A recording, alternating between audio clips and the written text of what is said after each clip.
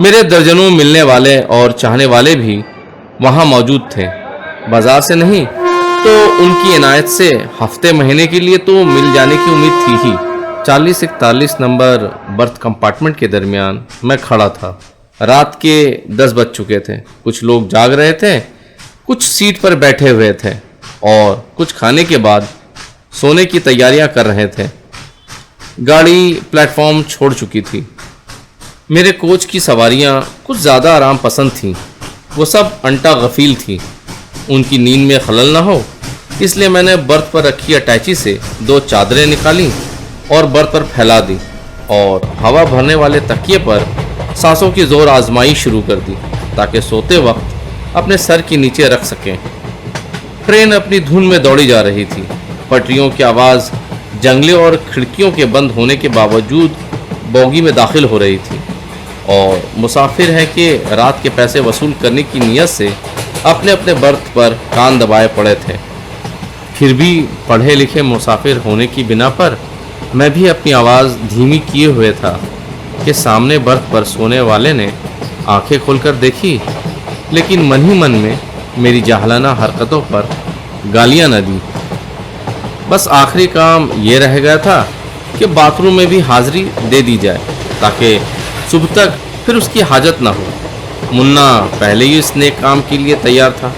میں نے جیسے ہی باتھ روم جانے کے لیے اشارہ کی انگلی اٹھائی تو وہ ہاں میں سر ہلانے لگا۔ گاڑی رفتار میں تھی اس لیے چوری بے ایمانی کا ڈر نہیں تھا۔ ہم دونوں ہی ایک ہی وقت میں اس اچھے اور ضروری کام کے لیے ٹوائلٹ کی طرف بڑھے۔ دوسرے سے تیسرے کوچ میں سارے مسافر سو رہے تھے، صرف ایک جوان سال خاتون اس دھیمی روشنی میں بھی کسی کتاب کے مطالعہ میں غرق تھی۔ قدموں کی آہٹ پا کر اس نے میرے طرف سر اٹھایا تو حیرت و تعجب سے ہم دونوں کی آنکھیں ایک دوسرے پر ٹک گئیں۔ سناشا چہرہ ماضی کی دبیز چادر سے جھانکتی ہوئی بہت ساری یادوں کے انبار سے نکل آیا۔ میرے قدم تھم گئے تو وہ بھی بے اختیار کھڑی ہو گئی اور غیر ارادی طور سے قریب آ گئی۔ اس کے جوان سال جسم سے اٹھتی ہوئی خوشبو سے میں بہت پہلے سے ہی واقف تھا۔ آنکھیں بھی اشکبار تھیں اور شادمانی کے قطروں سے لبریز بھی۔ ایک نہایت غیر متوقع لمحہ اچانک ہم دونوں کے درمیان آ کر ٹھہر گیا تھا۔ زبان خاموش تھی، لب لرز رہے تھے مگر آواز نہیں نکل رہی تھی۔ کوشش جاری تھی۔ ہم دونوں نے ایک دوسرے کو بغور دیکھا اور ارے کہا اور بس۔ آنکھوں میں آنسو جگمگانے لگے مگر میں اسے ایک ٹک دیکھتا رہا۔ وہ اب بھی دل میں اتر جانے کی حد تک دل فریب اور پیاری لگ رہی تھی۔ وہ چپ تھی، لب خاموش تھے مگر اس کی آنکھیں بول رہی تھیں۔ کوئی سنے یا نہ سنے میں پوری طرح سن رہا تھا۔ آپ نے ایک دم سے آنکھیں پھیر لی تو میں سمجھی کہ شاید میں ہی آپ پر فدا تھی۔ آپ کے پاس ایسا کوئی قیمتی جذبہ نہیں تھا ورنہ اس بے دردی سے ٹھکرا ہی نہ جاتی۔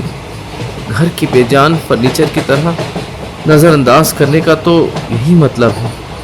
بہت پہلے کی بات ہے مگر اب بھی یاد ہے۔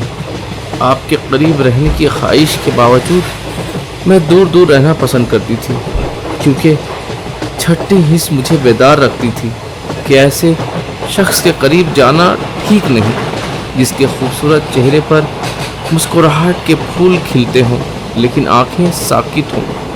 ایسے لوگوں کے مزاج لمحوں میں تبدیلی چاہتے ہیں، دوہری شخصیت رکھتے ہیں، اندر سے کچھ اور باہر سے کچھ۔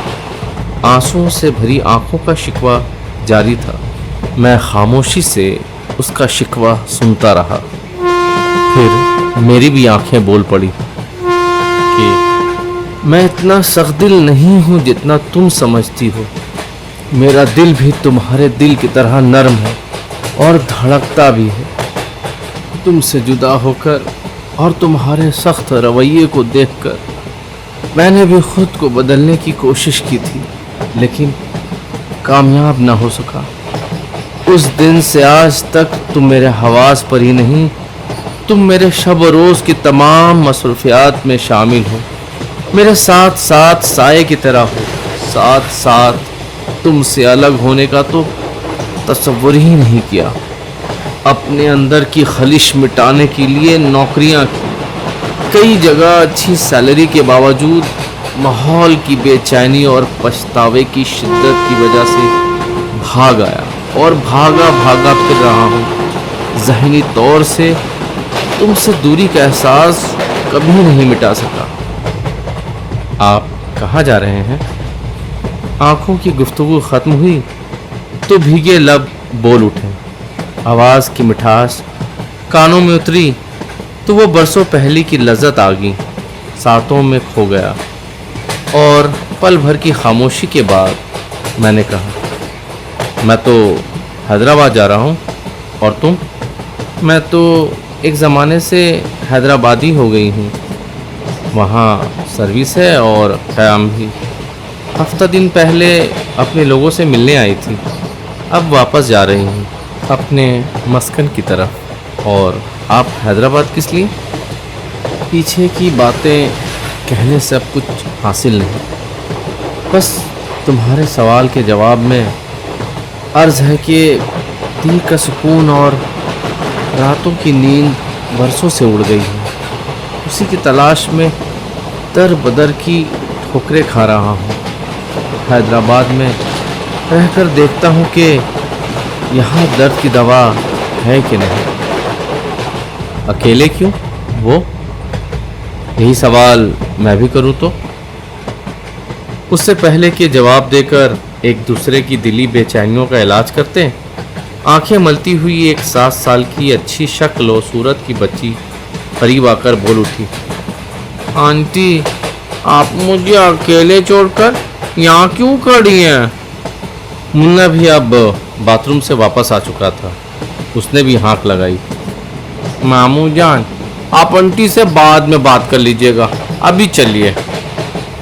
ایک ہی وقت میں دونوں کے چہرے پر مسکراہٹوں کی تازگی آ گئی۔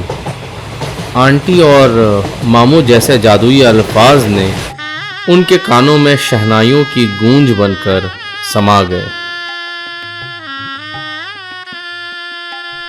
تو دوستو، یہ تھی ایک چھوٹی سی کہانی۔ امید کرتا ہوں کہانی پسند آئی ہوگی۔